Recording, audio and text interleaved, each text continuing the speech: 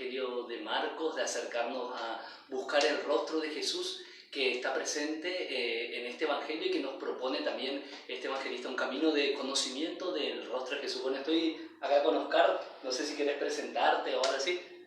Bueno, hola para todos. Y bueno, soy Oscar y como decía mi compañero Adrián, hoy vamos a compartir con todos ustedes un acercamiento, un humilde acercamiento al Evangelio de San Marcos, para descubrir, como decíamos en la invitación, ¿no? Para poder desde Marcos descubrir el rostro de Jesús, el rostro del Galileo. Bueno, y soy Adrián, Oscar es de la diócesis de Corrientes, estamos en el mismo año terminando este año la formación acá en el seminario, estamos ahora en el seminario haciendo también nuestra cuarentena, y bueno, y así como todos ustedes también se encuentran en sus casas y de por ahí no podemos participar de manera activa en la celebración de la Eucaristía, yendo a las iglesias, juntándonos en comunidad, hay otro alimento que se nos propone para este tiempo también de cuarentena, que es el alimento de la palabra. Es por eso que es importante poder tenerla presente para que en este tiempo tan particular que nos toca vivir, que nos regala Dios, ella sea también la que nos vaya alimentando. Así como a los primeros cristianos fue como un anclaje, algo que les sirvió como de guía, también para nosotros sea hoy esto que decía Oscar, un acercamiento humilde, amoroso a la palabra de Dios. Por eso que para leerla, la vamos a leer como creyentes más que nada. No vamos solamente a estudiar la palabra, sí vamos a tener mucho material quizás informativo, porque lo que se nos fue dado gratis a Oscar y a mí en el tiempo de formación acá en el seminario, hay que darlo también gratuitamente y ponerlo al servicio. Pero antes que nada quiere ser una lectura creyente del Evangelio, un acercamiento creyente para que juntos podamos emprender este camino que nos propone Marcos, buscar el rostro de Jesús. No sé si tenés alguna consideración sobre la Biblia, algo así. Y bueno, para lo que se van sumando, nosotros, mientras te invitamos a que vos puedas buscar la palabra de Dios que tenés en la mesa de luz, que tengas en la mesa de los santos, o si ya lo tenés a mano, y si no lo tenés, te invitamos a que lo busques y para así poder ir compartiendo desde la palabra de Dios. Entonces nosotros vamos a ir compartiendo, comentando, y vos también lo podés ir buscando en la palabra, ¿sí? Entonces, que sea un camino junto que realicemos, ¿sí? O sea, un acercamiento, nosotros desde acá y vos desde el lugar donde estás, que podamos hacer esto que decían, un acercamiento sencillo, humilde. ¿Qué queremos con esto? Queremos generar el amor hacia la palabra de Dios, el cariño hacia la palabra, esta palabra que estuvo al principio, como decía San Juan, que estuvo al inicio, esta palabra que es creadora, esta palabra que es redentora también, sea la que te dé un mensaje, nos dé a cada uno de nosotros un mensaje para este día, para este tiempo que estamos viviendo, ¿sí? Así que te invitamos que busques la palabra de Dios, te esperamos, y si lo tenés a mano, vamos a ir compartiendo de a poco, ¿sí? Queremos comenzar antes que nada partiendo desde lo más elemental, que sería poder comprender qué es un evangelio.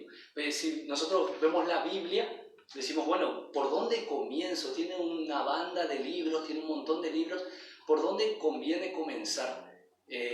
La propuesta que se nos hace es releer siempre la palabra de Dios a partir del Nuevo Testamento, es decir, a partir de la figura de Jesús. Y en particular dentro del Nuevo Testamento, los evangelios, los 4 evangelios sino que tienen un lugar como de preeminencia, de mayor importancia. Y vamos a tratar de entender por qué tienen este lugar tan importante los evangelios. Si podemos buscar, por ejemplo, vamos a leer juntos Marcos 1:1. Si buscamos en nuestras propias Biblias, Marcos 1:1. Vamos a ver que dice, comienzo del Evangelio de Jesús, el Cristo, Hijo de Dios. Marcos inicia de esta forma su Evangelio.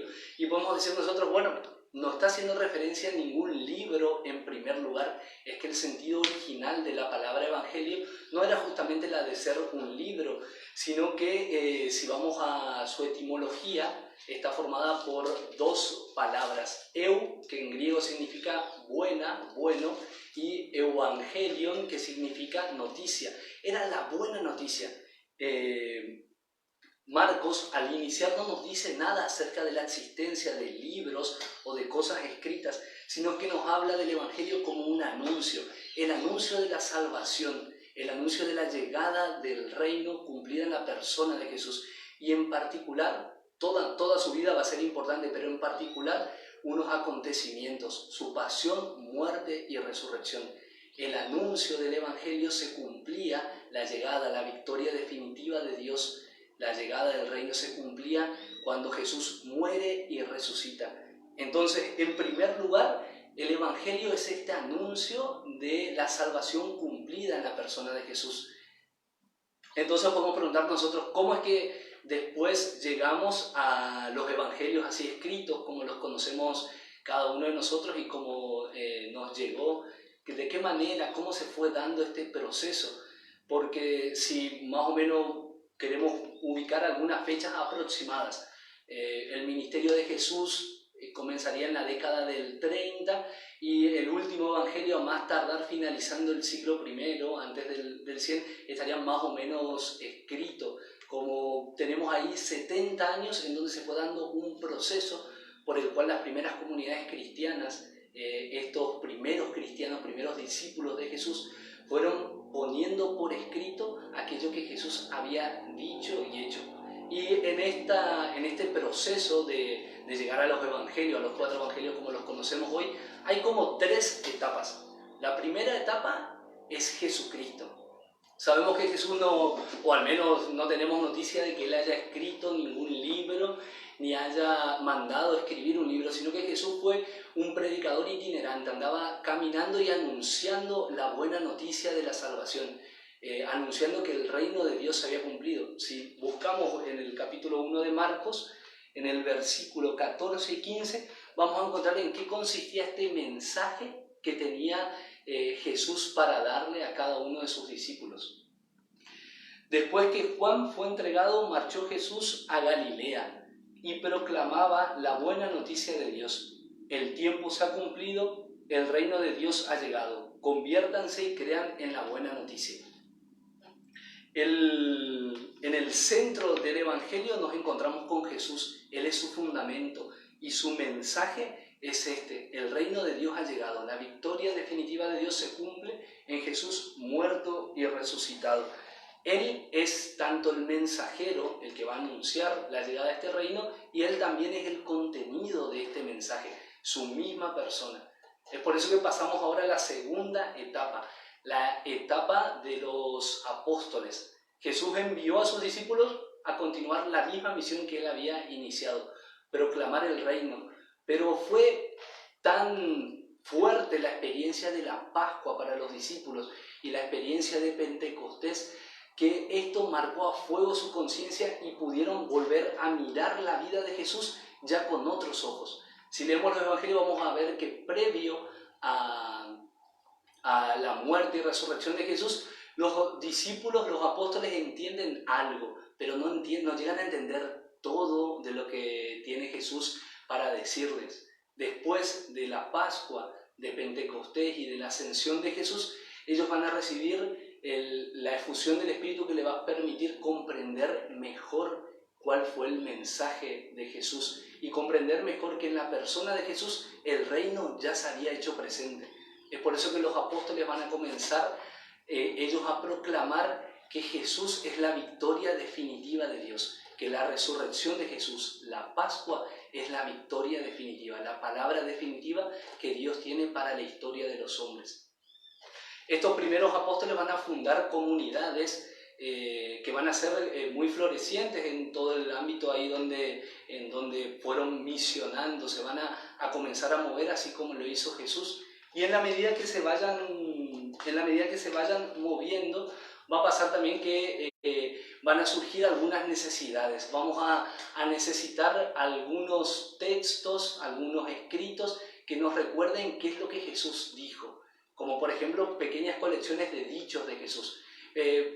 textos como cortitos que sean fáciles de recordar, así como cuando nos hacían estudiar a nosotros las tablas para el colegio, para la escuela. Bueno, cositas que sean sencillas, fáciles de recordar, como por ejemplo, he venido para aquellos que están enfermos, no para los sanos. Ellos son los que tienen necesidad de un médico. Frases cortitas que permitan la fácil memorización. Así también van a surgir colecciones que sean como de las parábolas de Jesús. Parábolas quizás un poco más elaboradas, como la parábola de la semilla que crece por sí misma o del granito de mostaza. No son muy largas y les permitía a estos predicadores que eran itinerantes o los miembros de las comunidades poder acordarse de memoria. Surgirán también algunos textos que se han utilizado para las celebraciones litúrgicas. Si no queremos leer, por ejemplo, en las cartas de Pablo, vamos a encontrar como pequeños himnos que se utilizaban en celebraciones litúrgicas, como por ejemplo si buscamos en Filipenses 2.5, vamos a encontrar un hermoso himno que se utilizaba dentro de las celebraciones litúrgicas o de las celebraciones de las comunidades. Todas estas cosas van a servir como de caldo de cultivo, de material que van a utilizar después los evangelistas. Porque los evangelistas, una vez que mueren los apóstoles, es necesario como ser fieles a esto que hemos recibido, al anuncio proclamado, al anuncio recibido, al anuncio que fundó y dio vida a nuestra comunidad. Tenemos que seguir siendo fieles. Ya no están ahora aquellos que han visto y oído lo que Jesús dijo. Entonces hay que comenzar a poner por escrito todas sus enseñanzas. Así va a suscitar el Espíritu Santo algunas personas que pongan por escrito todo esto que Jesús dijo e hizo, y en particular, muy particularmente, estos acontecimientos de su vida marcados por la pasión, muerte y resurrección de Jesús. Es por eso que el camino hasta llegar a los evangelios escritos como lo conocemos nosotros fue un camino de un proceso en donde Dios fue suscitando personas, suscitando momentos, suscitando acontecimientos para que podamos ir poniéndolas como por escrito. Los evangelistas no van a inventar nada, sino que van a recibir una tradición y lo que van a hacer va a ser releerlas, van a hacer una nueva lectura teniendo en cuenta las situaciones concretas que vivían sus comunidades. Estos son como dos aspectos importantes cuando nos acerquemos a los evangelios. Por un lado, la fidelidad a la tradición recibida. Los evangelistas son fieles a la tradición que han recibido de los apóstoles. Y por otro lado, fidelidad a las circunstancias que están viviendo. Cada comunidad en donde se escriben estos 4 evangelios está pasando por una situación particular. Entonces, el rostro de Jesús que nos van a dejar también va a responder a estas situaciones. Así que son como dos cosas a tener en cuenta. Cabe entonces la pregunta, ¿qué es un evangelio? Un evangelio es el anuncio de la salvación en la persona de Jesús, por sus palabras, sus obras y sobre todo por su muerte y resurrección. Este anuncio puesto por escrito, que nace en medio de una comunidad que vive situaciones específicas y que quiere ser fiel a la proclamación recibida de los apóstoles. Este proceso de escritura, si querés buscarlo, está condensado en Lucas 1, Lucas capítulo 1, del versículo 1 al 4. Puesto que muchos han intentado narrar ordenadamente las cosas que se han verificado entre nosotros, tal como nos han transmitido los que desde el principio fueron testigos oculares y servidores de la palabra, atención ahí, fidelidad a la transmisión recibida, fidelidad a los apóstoles, testigos oculares de lo que pasó. He decidido yo también, después de haber investigado diligentemente todo desde los orígenes, escribírtelo por su orden, ilustre Teófilo, para que conozcas la solidez de las enseñanzas que has recibido. La intención que tiene el evangelista es que Teófilo conozca la solidez de las enseñanzas que recibió. Para eso va a tomar todo lo recibido, va a seleccionarlo y va a ver qué es lo que más le ayude a Teófilo y a la comunidad en la que él se encuentra. Este proceso estos 4 versículos como que resumen todo el proceso de elaboración, estos 70, 80 años que tomó poner por escrito los evangelios. Un evangelio, relato ordenado del anuncio de la salvación, de la pasión, muerte y resurrección de Jesús, de lo que hizo, de lo que dijo, respondiendo a las situaciones concretas de cada comunidad. Vamos a meternos de lleno en el Evangelio de Marcos, por eso va a ser importante, para poder comprender bien el Evangelio, va a ser importante que seamos fieles también nosotros a la búsqueda de las situaciones vitales por las que pasaba esta comunidad. Por eso que vamos a tratar de acercarnos a algunos elementos que nos ayuden a comprender mejor cómo vivían esas comunidades a las que Marcos le escribe y le dedica el Evangelio. Una pregunta que puede surgir es, ¿quién es Marcos? ¿Quién es Marcos? ¿Cómo nosotros sabemos, como vos, catequista, joven que estás mirando, cómo sabés que es Marcos el que escribió? ¿Dónde dice? Vieron que cuando escribimos una carta, nosotros ponemos quiénes somos, fulano de tal te escribe a vos, fulano o fulana de tal, le cuenta, desarrolla, ¿no?, una información, un acontecimiento, le contás algo. Pero vos le ponés quién sos, ¿no? Bueno, nosotros, yo voy a usar separadores, ¿sí?, para ir en los textos que vamos compartiendo. Entonces, si vos vas señalando para que puedas mejor manejar la palabra de Dios, ¿sí?, y no estés buscando dónde está Marcos, se me perdió Marcos, ¿no? Entonces, yo te invito, si tenés una hoja, algún separador, alguna imagen que puedas usar, entonces lo pones en Marcos 1, lo pones ahí el separador, entonces, para que te guíes. Bien, hacía la pregunta, ¿quién es Marcos? ¿Cómo sabemos que es Marcos el que escribió el Evangelio? Te invito a que vayas a Marcos 1.1, dice, comienzo de la buena noticia de Jesús el Cristo. No dice yo, Marcos. Entonces, ¿cómo sabemos? ¿Cómo sabemos que es Él? Lo vamos a saber indagando la palabra. Ahora te invito, vayamos a Hechos 12, ¿sí? Hechos 12, versículo 12.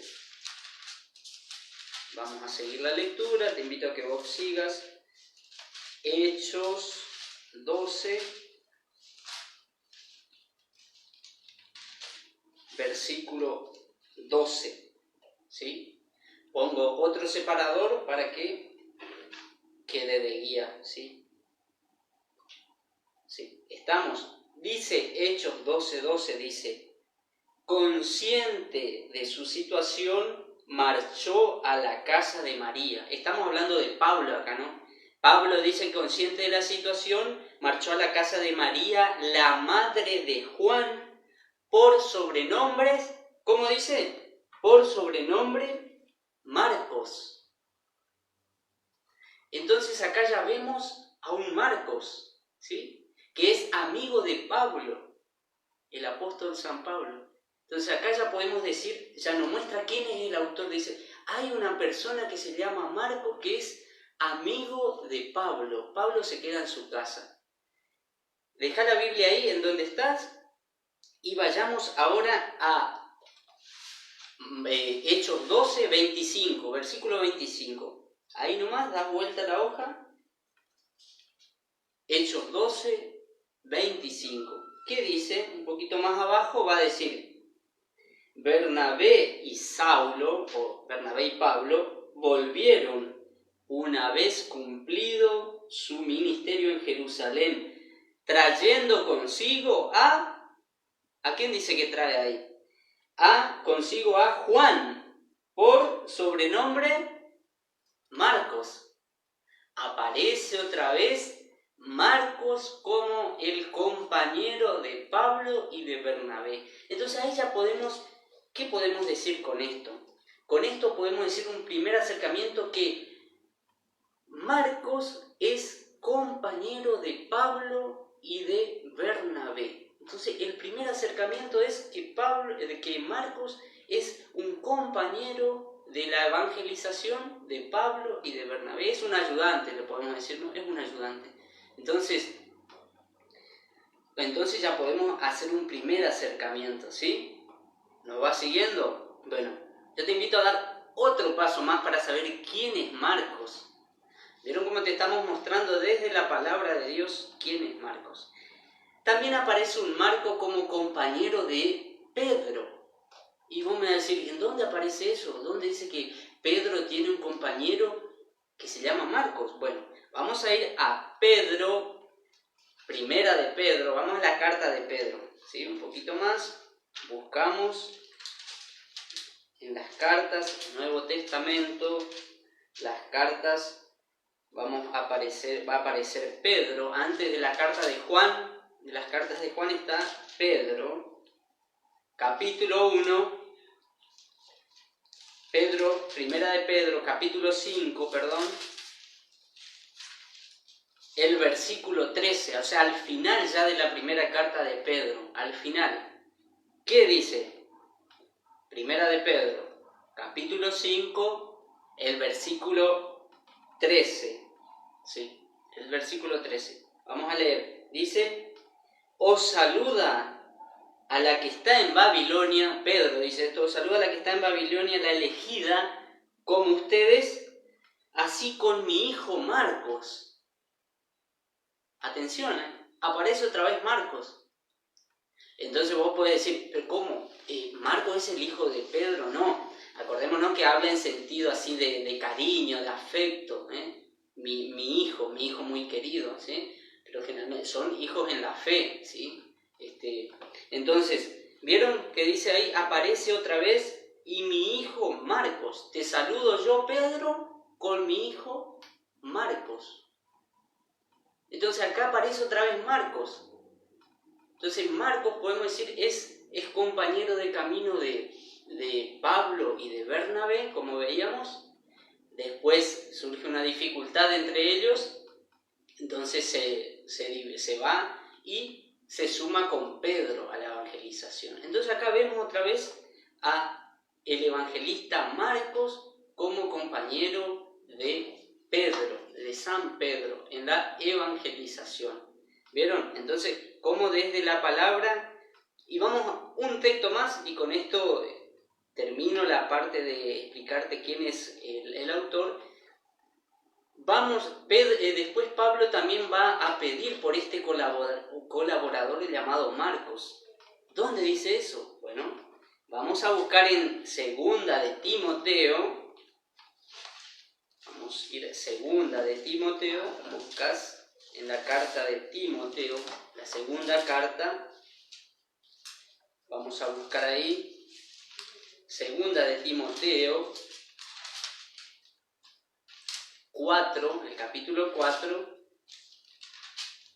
estamos, segunda de Timoteo, capítulo 4, el versículo 11, ¿qué dice ahí Pablo? El único que está es Lucas.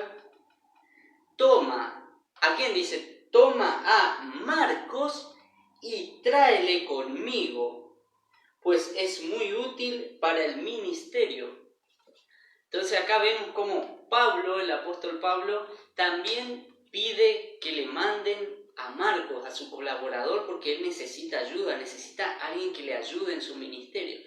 Entonces, con estos textos bíblicos le queremos mostrar a ustedes cómo aparece una persona llamada Marcos, que está muy en relación, es muy cercano, decíamos, a dos personas. A Pablo, es amigo, Pablo queda en su casa, le ayuda a evangelizar, y también dice que le ayudó a evangelizar a Pedro. Escuchábamos que decía, ¿no? Te saludo, a ustedes les saludo con mi hijo acá, mi hijo muy querido, Marcos. Bueno, ese es el autor del Evangelio, ¿sí? El autor del Evangelio de Marcos, podemos buscar ahí que nos presenta como colaborador de Pablo y como compañero también del apóstol San Pedro.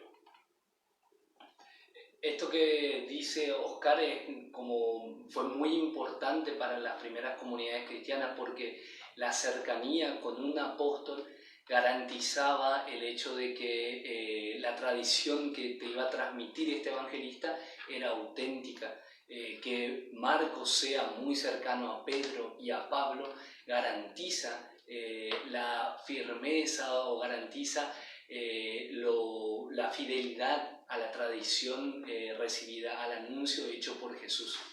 Vamos a avanzar un poquitito más y nos vamos a ir ahora a unos datos que nos da el Evangelio acerca de cómo podría llegar a haber sido la comunidad en donde Marcos estuvo y a la que le dedicó el Evangelio.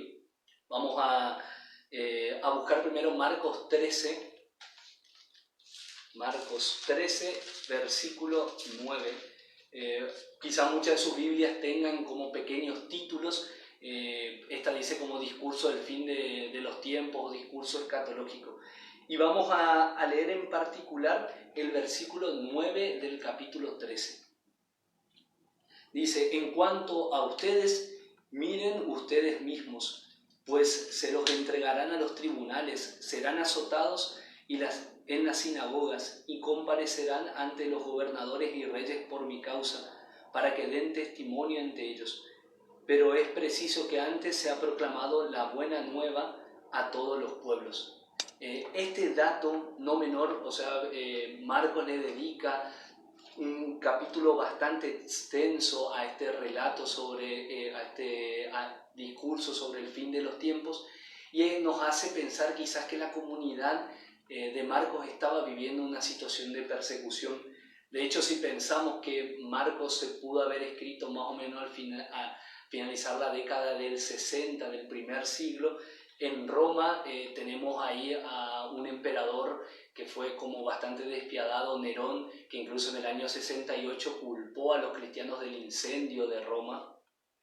Y en Palestina se estaba viviendo una guerra bastante fuerte, bastante jodida, que iba a terminar con la destrucción del templo de Jerusalén. Entonces estaban viviendo situaciones difíciles. La destrucción del templo va a hacer que todos los cristianos sean expulsados del seno del judaísmo. Antes de eso eran todavía un grupo dentro de todo cercano, con sus diferencias, pero cercano. Esto va a hacer que se aparten completamente. Y la acusación que ponga Nerón sobre los cristianos, haber incendiado Roma, va a hacer que se los persiga y que se los mire con recelo. Es por eso que un primer dato que podemos extraer del Evangelio es que la comunidad a la cual pertenece Marcos y a la cual le dedica el Evangelio se encuentra en un tiempo como de crisis y de persecución.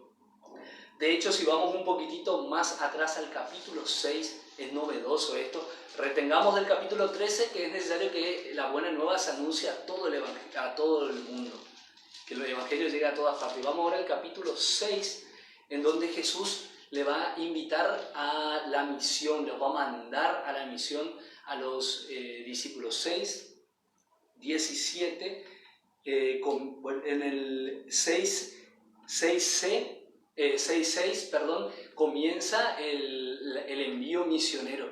Pero si vemos bien, después de eso aparece la muerte de Juan el Bautista. Hoy justo estamos celebrando el nacimiento de Juan el Bautista, bueno, acá aparece su muerte. Es llamativo que el evangelista ponga este envío misionero. Vayan y anuncien esto, continúen mi misión, le dice Jesús a los discípulos, vayan y anúncienlo.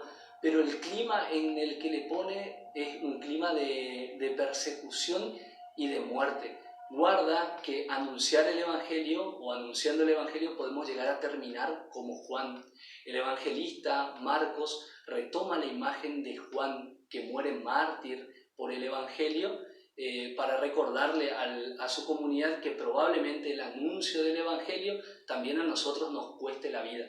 De hecho, todo el episodio de la muerte de Juan, que termina en el versículo 29, al enterarse sus discípulos, vinieron a recoger su cadáver y le dieron sepultura. Inmediatamente después, en el versículo 30, se nos cuenta cómo los apóstoles se reunieron en torno a Jesús y le cuentan todo lo que había sucedido en la misión. El contexto en el que está la misión es un contexto de persecución, van a ser llevados ante los gobernadores, van a ser puestos en tela de juicio, los van a acusar, los van a expulsar. Entonces, fíjense, si queremos anunciar el Evangelio a todos los pueblos, probablemente terminemos como Juan el Bautista. Más aún, probablemente terminemos como Jesús dando la vida en la cruz. Otro dato que podemos extraer del Evangelio es la importancia que le da Marcos a la cuestión de la casa. Vamos a ir un poquitito más atrás, vamos a ir al capítulo 2, del Evangelio de Marcos. Vamos a ver que toda esta primera parte, hasta el capítulo 4 inclusive, a cada rato se cuenta que Jesús está dentro de una casa. Y la mayoría de las cosas que haga Jesús van a suceder dentro de ese ámbito. Por ejemplo, tenemos en el 3:29, 1:29, capítulo 1, versículo 29, cuando salió de la sinagoga se fue con Santiago y Juan a la casa de Simón y Andrés. En el 30, la suegra de Simón estaba en cama y con fiebre y la hablaron. Se acercó y tomándola de la mano, la levantó, la fiebre desapareció y ella se puso a servirles. Jesús hace una demostración del poder que tiene la llegada del reino, vencer la enfermedad dentro de una casa. Dentro de una casa también va a anunciar Jesús que Él viene a hacer una liberación más profunda. Vamos a avanzar un poquitito en el Evangelio y vamos a ir al capítulo 2. Vamos a ir al capítulo 2:10. Estamos en el contexto en el que están dentro de una casa, llegó tanta gente y le traen entre 4 a un paralítico para que Jesús lo sanara. Y Jesús en el 10 dice: pues para que sepan que el Hijo del Hombre tiene en la tierra el poder de perdonar los pecados, dice al paralítico: a ti te digo, levántate, toma tu camilla y vete a tu casa. Dentro de una casa, Jesús anuncia que viene a hacer una liberación todavía más profunda, el perdón de los pecados. Avanzamos un poquitito más y nos vamos al versículo 15 del mismo capítulo, en el capítulo 2, versículo 15. En cierta ocasión, estando él a la mesa en la casa, nuevamente la casa de Leví, muchos publicanos y pecadores se sentaron a la mesa con Jesús y sus discípulos, pues eran muchos los que lo seguían. Al ver los escribas de los fariseos que comían con los pecadores y publicanos, dijeron a los discípulos: ¿es que come con los publicanos y pecadores? Al oír esto Jesús le dijo: no necesitan médicos los que están fuertes, sino los que están mal. No he venido a llamar a justos, sino a pecadores. Dentro de una casa, comiendo con gente de mala fama, con pecadores, Jesús va a revelar el nuevo rostro de Dios. Un Dios que acoge a todos así como vienen, los recibe y los sienta a su mesa así como vengan. Así podemos encontrar también muchos otros. Si seguimos leyendo hasta el capítulo 4 inclusive, vamos a encontrar que Jesús pasa mucho tiempo dentro de una casa y que en esa casa se da la instrucción de los discípulos. Porque la casa no va a ser solamente para la comunidad de Marcos un lugar físico o el lugar en donde vivamos, sino que va a representar la cercanía a Jesús, va a representar la cercanía que la comunidad cristiana tiene hacia Jesús y la fidelidad a las actitudes que Jesús tuvo. Alrededor de la figura de una casa, Jesús va a anunciar que tiene una nueva familia. Vamos a buscar en el capítulo 3, el versículo 31. Acá vamos a ver bien claro cómo algunos se quedan fuera de la casa y otros se quedan dentro de la casa. Llegaron su madre y sus hermanos y quedándose fuera de la casa, mandaron llamarle. Había mucha gente sentada a su alrededor. Le dijeron: oye, tu madre y tus hermanos y tus hermanas están afuera y te buscan.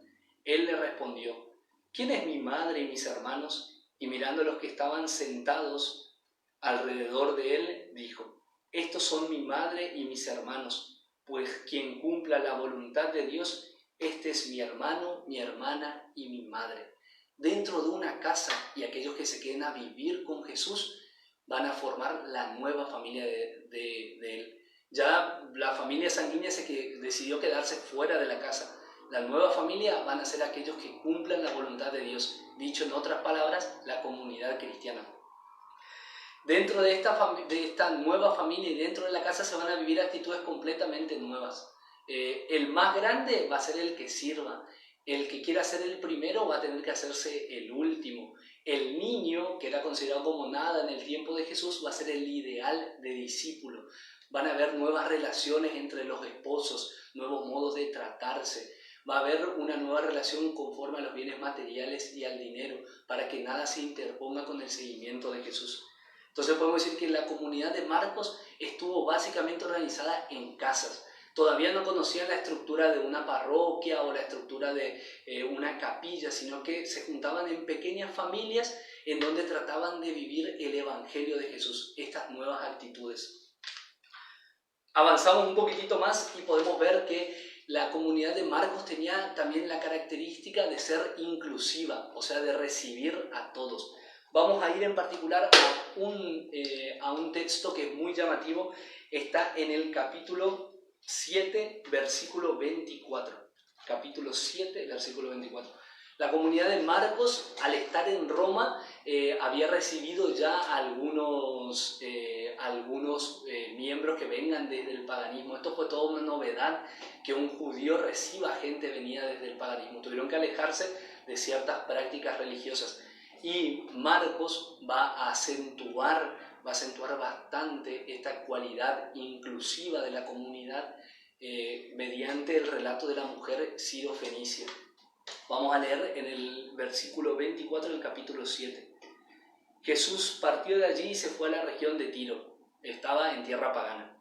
Entró en una casa y aunque no quería que la gente lo supiese, no logró pasar inadvertido. Enseguida una mujer que había oído hablar de él y cuya hija estaba poseída por un espíritu inmundo, vino y se postró a sus pies. Esta mujer era griega, sirofenicia de nacimiento, y le rogara que expulsara de su hija al demonio. Él les dijo, atención con lo que le diga Jesús, espera que primero se sacien los hijos, pues no está bien tomar el pan de los hijos y echárselo a los perritos. Pero ella le respondió, sí, Señor, pero también los perritos comen bajo la mesa migajas de los niños. Él entonces le dijo, por eso que acabas de decir, puedes irte, el demonio ha salido de tu hija. Volvió a su casa y encontró que la niña estaba echada en la cama y que el demonio se había ido. Esta expresión de migajas, de pan y de perritos era muy común dentro del ámbito judío. El pan de los hijos era algo sagrado, que solamente podían comer, valga la redundancia, los hijos que se sienten a la mesa. Los perritos, como llamaban los judíos a los paganos, no podían comer. Esta mujer sirofenicia le dice a Jesús, sí, pero los perritos están ahí abajo esperando a que le tiren algo. Con esta actitud de la mujer, Marcos quiere reflejar que la comunidad en la que él se encuentra es una comunidad inclusiva, en donde el pan de los hijos va a llegar también a los perritos. En el capítulo 8, avanzamos un poquitito. Capítulo 8, versículo 1 al 10, nos va a contar la segunda multiplicación de los panes. Esta multiplicación de los panes, así en doble, sirve para justificar el hecho de la presencia de paganos dentro de la comunidad o de cristianos venidos del paganismo. Vamos a notar simplemente algunos elementos. En el versículo 3 dice, algunos de ellos han venido desde lejos. Los paganos son aquellos que han venido desde lejos, no formaban parte del antiguo pueblo de Dios, sino que habían venido desde muy lejos. En el versículo 8, vamos a buscar el versículo 8. Comieron y se saciaron, todos estos que habían venido de lejos, comieron y se saciaron, y recogieron los trozos sobrantes, 7 canastos.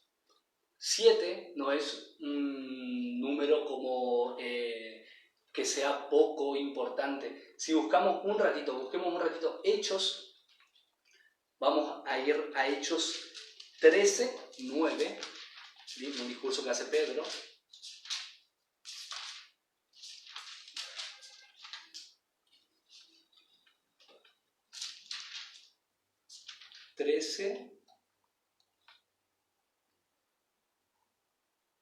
Perdón, 13:19. Después, tras exterminar a 7 naciones de la tierra de Canaán, les dio en herencia su tierra. 7 canastas son las que sobran. 7 son las naciones paganas que estaban en la tierra de Canaán. Dentro del libro de los Hechos vamos más atrás al capítulo 6, un poquitito más atrás, que va a estar la institución de los 7 servidores. Por aquellos días, al multiplicarse los discípulos, hubo queja de los helenistas contra los hebreos, o sea, de aquellos que habían venido del mundo pagano contra aquellos que habían venido del mundo judío, porque sus viudas eran desatendidas. Los 12 convocaron a la asamblea de discípulos y dijeron: no está bien que abandonemos la palabra de Dios para servir la mesa. Por lo tanto, busquen de entre ustedes a 7 hombres de buena fama, llenos del Espíritu Santo y de saber, para ponerlos al frente de esta tarea. Eligen, al igual que sobraron 7 canastas, eligen 7 discípulos que sirvan la mesa de los paganos, la mesa de aquellos que habían venido del mundo pagano, los helenistas. Es por eso que 7 dentro de este milagro de la multiplicación de los panes hace referencia a la inclusión que van a tener dentro de la comunidad aquellos que habían venido del mundo pagano. Es importante porque esta comunidad va a interpretar muy bien que, si bien sus hermanos mayores son los judíos, Jesús vino a traer una absoluta novedad. Va a decir Jesús en este mismo evangelio: vino nuevo del evangelio, odres nuevos. O sea, hay que cambiar los moldes, hay que abrir, ensanchar el corazón para que todos puedan sentarse a la mesa de los hijos, tanto judíos como paganos. Ya no hay perritos, hay hijos sentados a la mesa y hay pan en abundancia para todos. Un último elemento de esta comunidad va a ser que una comunidad que nace de la experiencia de la cruz. En este evangelio se resalta desde el capítulo 8 en adelante, se resalta con mucha fuerza los 3 anuncios de la pasión de Jesús. E inclusive vamos a buscar un solo texto. Vamos a buscar el texto de Marcos 15, 39. Marcos 15, 39. Jesús ya está en la cruz. Marcos 15, 39.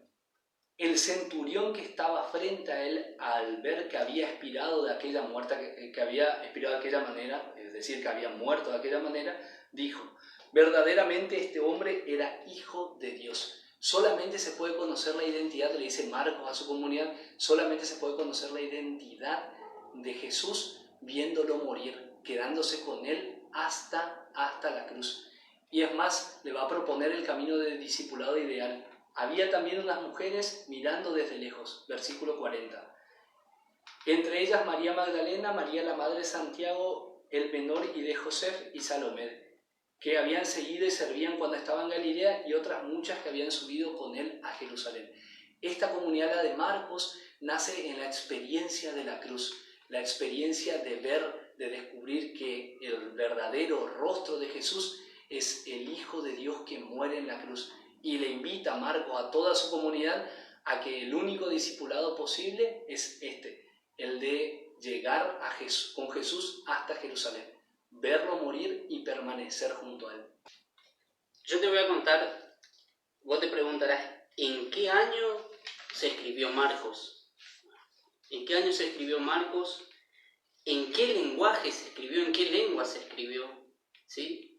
¿Y dónde se escribió? ¿En qué lugar? Entonces te voy a compartir la fecha, el lugar y el lenguaje, ¿sí?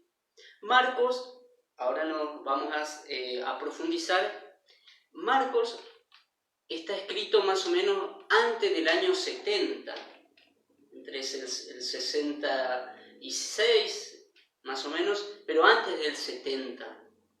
Está escrito a una comunidad que no es judía, a una comunidad pagana, gentil. Está escrito también a una comunidad que está fuera de Palestina, ¿no? Entonces, ¿cómo sabemos? Ustedes pueden decir, pero ¿y cómo sabemos eso?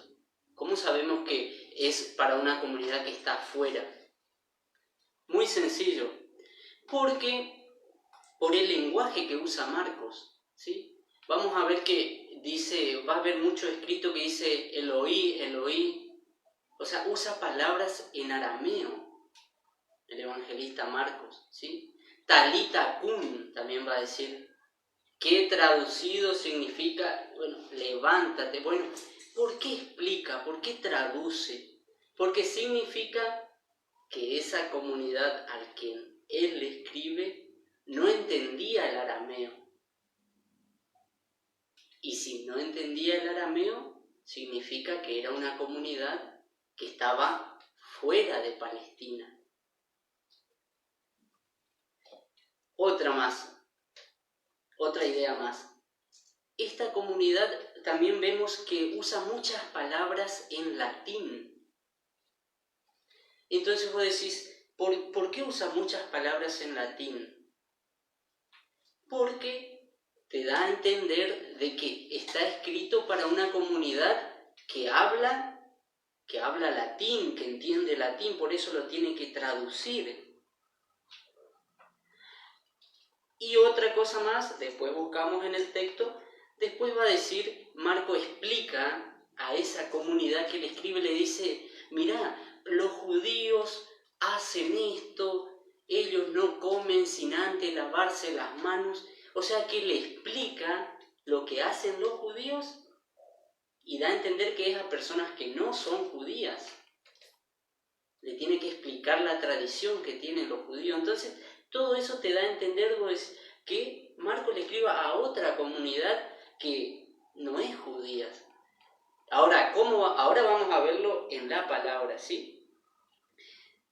La fecha, ¿en qué lugar se escribió Marco? O sea, ¿en qué tiempo? Yo te invito a que busques en Marcos capítulo 13:1.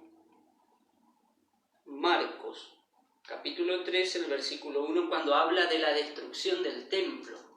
Jesús acá le va a decir, al salir del templo, le dice uno de sus discípulos, maestro, ¿qué piedras y qué construcción? Y Jesús ahí le dice, no va a quedar piedra sobre piedra, esto se va a destruir el templo. Le dice, ¿no? ¿Qué nos da a entender esto? La destrucción del templo efectivamente pasó. ¿Y en qué año pasó? Pasó en el año 70. Decía, Adrián nos compartía de que el emperador Nerón le perseguía, a los cristianos le perseguía. Entonces, en el año 70 había esa guerra, esa confrontación entre los judíos y los romanos, y entre el imperio, ¿no? Entonces, en el año 70, los romanos destruyen el templo de Jerusalén. Si eso hace en el año 70, significa que este escrito fue un poco antes. Porque no está todavía destruido. Dice, va a suceder. Y si la destrucción sucedió en el 70, significa que Marcos escribió años antes. Entonces, así sabemos que fue antes del año 70 la fecha de composición. Ahora vos te preguntarás, ¿en dónde se escribió? ¿Qué lugar? ¿Dónde dice en qué lugar se escribió? Bien, ahora vamos a explicar en qué lugar se escribió el Evangelio de San Marcos. Se escribió en la comunidad de Roma, ¿sí? Y vos decís, ¿pero cómo sé que se escribió en Roma? ¿Y por qué? ¿En qué comunidad se usaba el latín? En Roma. Y vamos a buscarlo en la Biblia. En Marcos 12, 42. Entonces, vos ahí das vuelta la hoja. Marcos 12, 42. Dice, llegó también una viuda pobre y echó 2 monedillas, o sea, 1/4 parte de haz, un cuadrante. Un cuadrante, ahora la pregunta es, ¿qué es un cuadrante? ¿Qué era? Un cuadrante era una moneda, ¿de dónde? De Roma. Era una moneda romana. Ahora, vamos un poquito más. En el capítulo 15, versículo 16, va a decir, los soldados le llevaron dentro del palacio, es decir, al pretorio. ¿Pretorio qué es? Es una palabra en latín. ¿Dónde hablaban latín? En Roma. Entonces eso nos va dando la pista de que esto está escrito en una comunidad donde hablaban latín. Si no, no se explicaría. Y un pasito más.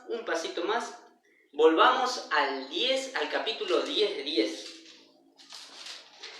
En el capítulo 10:10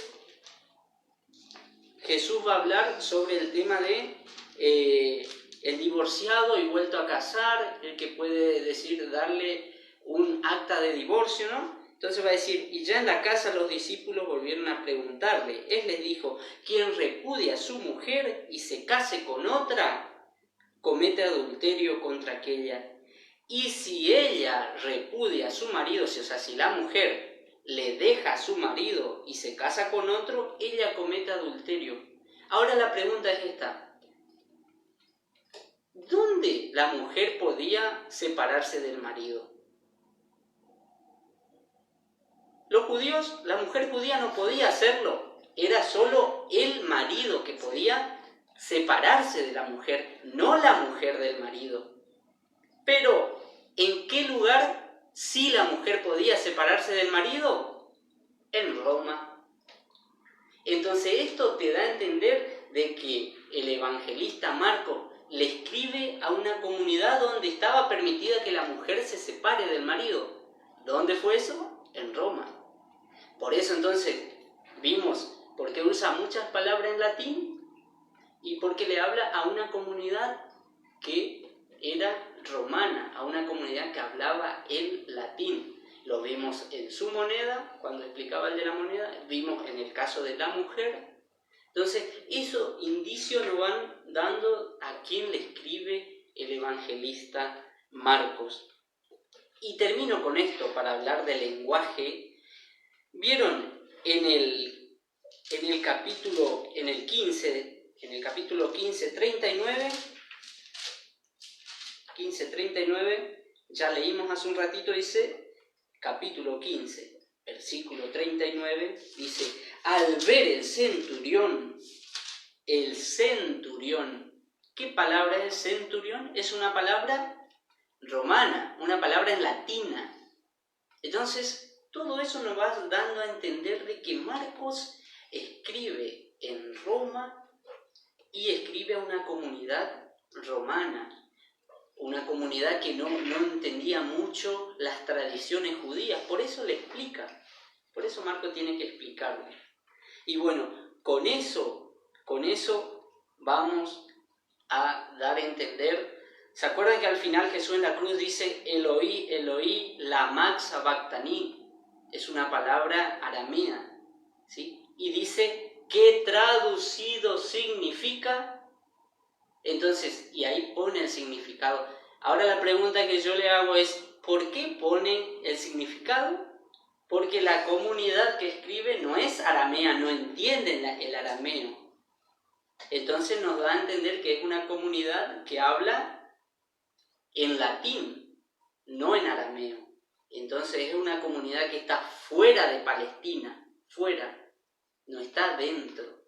Y con eso damos la explicación del lugar, la fecha y el lenguaje del Evangelio de Marcos.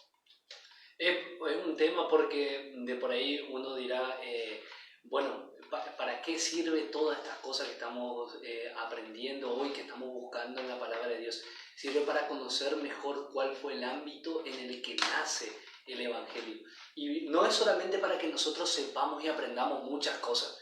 Entonces después vamos a decir, bueno, en la catequesis, a los que no sepan, eso, sino que es para poder acercarnos de manera cada vez más creyente al Evangelio y sacar cada vez más fruto de la lectura del Evangelio. Todo lo que nosotros podamos aprender está al servicio de amar más la palabra, de ser como ese centurión. Qué decisivo que sea un centurión, un hombre romano, un hombre que formaba parte de la milicia romana. Él está presentado acá como un modelo de discípulo. Descubre que Jesús es aquel que es el Hijo de Dios cuando muere en la cruz. El evangelista, viste, nos va dejando como pistas en el Evangelio. Son como pequeñas pistas que hay que ir buscando, que hay que comenzar a hilar más fino, a ir encontrándolas para que podamos descubrir cómo era mejor el mundo en el que nace este Evangelio y que nos pueda dejar algo para nosotros también. Vieron que el evangelista, como decía Adrián, es un romano, un soldado que descubre que es Jesús el Hijo de Dios mirándolo en la cruz. También para nuestra vida espiritual y para el momento que estamos viviendo como sociedad, qué hermoso es descubrir la presencia del Señor en las situaciones de dolor, en las situaciones de sufrimiento. Qué hermoso poder descubrirle al Señor ahí, en esas y en medio de esas situaciones. Vamos al último temita, porque ya estamos viendo que quizás con la hora no hemos pasado, estamos alargándonos más de lo que habíamos pensado en un primer momento, pero se puso interesante. Recuerden, dejen sus preguntas ahí, que vamos a seguir interactuando durante estos días y tratar de contestar todas las dudas, preguntas, comentarios que ustedes puedan dejarnos. Así que les animamos, dejen sus preguntas o lo que ustedes quieran saber, como para profundizar un poquitito más en el conocimiento de Marcos y en el amor a la palabra. Vamos a lo último, de qué manera podemos como hacer una división en el Evangelio. Es cierto que desde hace mucho tiempo toda la Biblia está dividida en capítulos y está dividida también en versículos, pero al principio, cuando se escribió la Biblia, no estaba dividida ni en capítulos ni en versículos, va a ser posterior esa división, pero el evangelista nos fue dejando como claves, pistas para poder entender cuáles son los temas que él quiere ir tocando. Una de estas podríamos encontrarla si leemos ya mismo. Vamos de vuelta a hacer énfasis en el primer versículo. El primer versículo dice: comienzo el Evangelio de Jesús, el Cristo, el Hijo de Dios. Esta primera propuesta que te hacemos de organizar lo que Marcos escribió se llama de progresiva revelación. Es decir, Jesús va revelando quién es de manera progresiva a sus discípulos. El evangelista ya nos lo cuenta en el primer versículo. Jesús es el Mesías, el Cristo, el Hijo de Dios. Ya nos lo dice al principio, pero en el Evangelio va a ir dejándonos pistas para que nosotros también lleguemos a descubrir eso. Hay un punto como de quiebre en el Evangelio que está en el capítulo 8, versículo 27.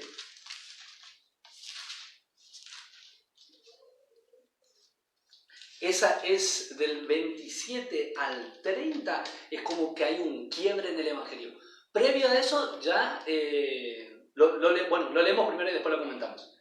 Salió Jesús con sus discípulos hacia los poblados de la región de Cesarea de Filipo.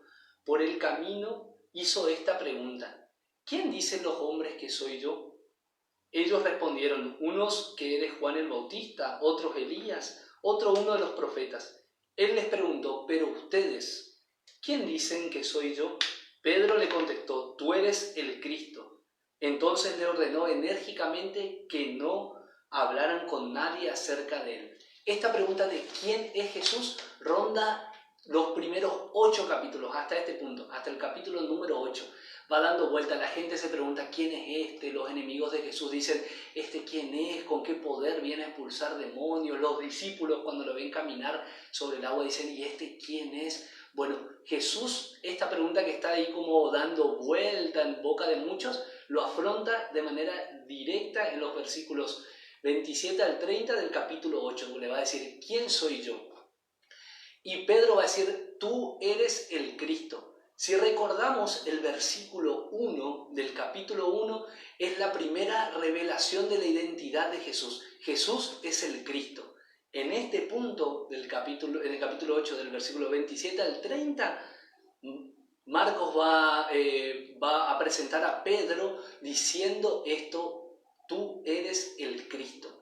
Esta primer sección o parte del Evangelio cierra con la revelación de que Jesús es el Mesías, el Cristo. Revelación que se da por boca de Pedro. Ya no van a ser otros los que pregunten: ¿quién sos vos? Va a ser Jesús quien pregunte: ¿quién soy yo? Y Pedro le va a decir: vos sos el Cristo, el Mesías. Pero no va a ser el mismo tipo de mesianismo que Pedro estaba pensando, sino que va a ser un nuevo mesianismo, el mesianismo del Hijo de Dios sufriente. Entonces, del capítulo 8, del versículo 31 hasta el final del Evangelio, se va a dar la segunda revelación, la revelación de Jesús como Hijo de Dios, como Mesías hasta el 8:27. Como Hijo de Dios del 8:31 en adelante, porque no va a ser un Mesías como el que esperaban, sino que va a ser un Mesías sufriente, un Mesías que a través de la cruz enseñe lo que significa salvar a los hombres. Esta revelación de Jesús como Mesías, como Hijo de Dios sufriente, va a estar en el capítulo 15 Vamos al capítulo 15 nuevamente, en el versículo 39. De vuelta, en boca del centurión. El centurión romano, el pagano, va a ser quien descubra cuál es la verdadera identidad de Jesús. Si recordamos el inicio del Evangelio, comienzo del Evangelio de Jesús, el Cristo, hasta el capítulo 8, el Hijo de Dios del capítulo 8 en adelante. Es una manera como de acercarnos a leer el Evangelio. Sabemos hasta el capítulo 8:27 se nos va a revelar a Jesús como Mesías, como aquel que viene a instaurar el reino de Dios. Sus palabras y sus acciones, que son una banda de milagros, van a demostrar que Él viene a instaurar el reino de Dios. Ahora, del 8:31 hasta el 16 inclusive, va a revelar a Jesús como el Hijo de Dios. No va a ser el mesianismo que esperan los judíos, no va a ser el mesianismo que esperan los discípulos, va a ser un nuevo mesianismo. Jesús va a salvar desde la cruz, va a reinar desde el madero, y el centurión romano en ese versículo, en el 39, lo va a reconocer como Hijo de Dios. Bueno, esto es más o menos lo que quisimos en este primer encuentro con todos ustedes, compartir, ¿sí? Hacer un pantallazo de todo el Evangelio de Marcos, de quién fue el autor, dónde se escribió, en qué lengua se escribió, cómo presenta a Jesús. O sea, fuimos haciendo un pantallazo general. Ahora, la propuesta para un próximo encuentro va a ser poder presentar una clave de lectura, un camino espiritual. Un camino espiritual con el Evangelio de Marcos. Como decía Adrián, desde la fragilidad, desde el Cristo sufriente, desde la experiencia del sufrimiento también, poder descubrir al Cristo resucitado. Así que bueno, esa también es la propuesta que tenemos para el próximo encuentro. Ahora Adrián también tenemos preparado un pequeño material, así que los que por ahí no pudieron tomar notas y le interesa saber más, hay algo preparado para todos ellos. Eso, para aquellos que quieren como profundizar un poco más en el Evangelio, primero si nos dejan comentarios ahí y nosotros vamos a ir contestándolos durante la semana. Le agradecemos muchísimo que se hayan sumado a esta propuesta y queremos juntarnos una vez a la semana a leer juntos el Evangelio, a estudiarlo un poquitito más para amar más la palabra. Y aquellos que quieran profundizar un poco más pueden escribirle a Oscar o a mí a través del Messenger de Facebook o a través del Messenger de Instagram, o dejar su correo electrónico en los comentarios, que nosotros les vamos a mandar el material preparado para que ustedes puedan seguir profundizando, para que puedan seguir con citas bíblicas, buscando en la Biblia, acercándose, porque la riqueza está no en lo que nosotros dos podamos decir, sino en el hecho de ir leyendo juntos la palabra de Dios. Bueno, le agradecemos a todos y te parece que nos encomendemos a la Virgen de Itatí y a San Juan, hoy que estamos celebrando su nacimiento, y cerramos este encuentro con una oración. Te damos gracias, Señor, porque te hiciste presente, te damos gracias por el don de tu palabra, palabra que siempre nos habla, palabra que quiere fecundarnos hoy, palabra que hoy quiere hacerse vida y carne en cada uno de nosotros. Queremos mirar la figura de San Juan Bautista, que fue el precursor de Jesús, la voz que clama en el desierto. Queremos mirar a María, la discípula fiel, la que camina con Jesús hasta Jerusalén y se queda al pie de la cruz. Queremos mirarlos a ellos y pedirles su intercesión para que nos ayuden a ser cada vez más discípulos y misioneros de Jesús, para que enciendan en nosotros un grande amor a la palabra de Dios, un conocimiento profundo de Jesús que se nos manifiesta en su palabra. Por eso decimos juntos: Dios te salve María, llena eres de gracia, el Señor es contigo, bendita tú eres entre todas las mujeres, y bendito es el fruto de tu vientre Jesús. Santa María, Madre de Dios, ruega por nosotros pecadores, ahora y en la hora de nuestra muerte. Amén. Nuestra Señora de Itatí, ruega por nosotros. San Juan Bautista, ruega por nosotros. En nombre del Padre, del Hijo, del Espíritu Santo. Amén. Muchas gracias y nos vemos la semana que viene. Muchas gracias. Hasta luego. Chao, chao.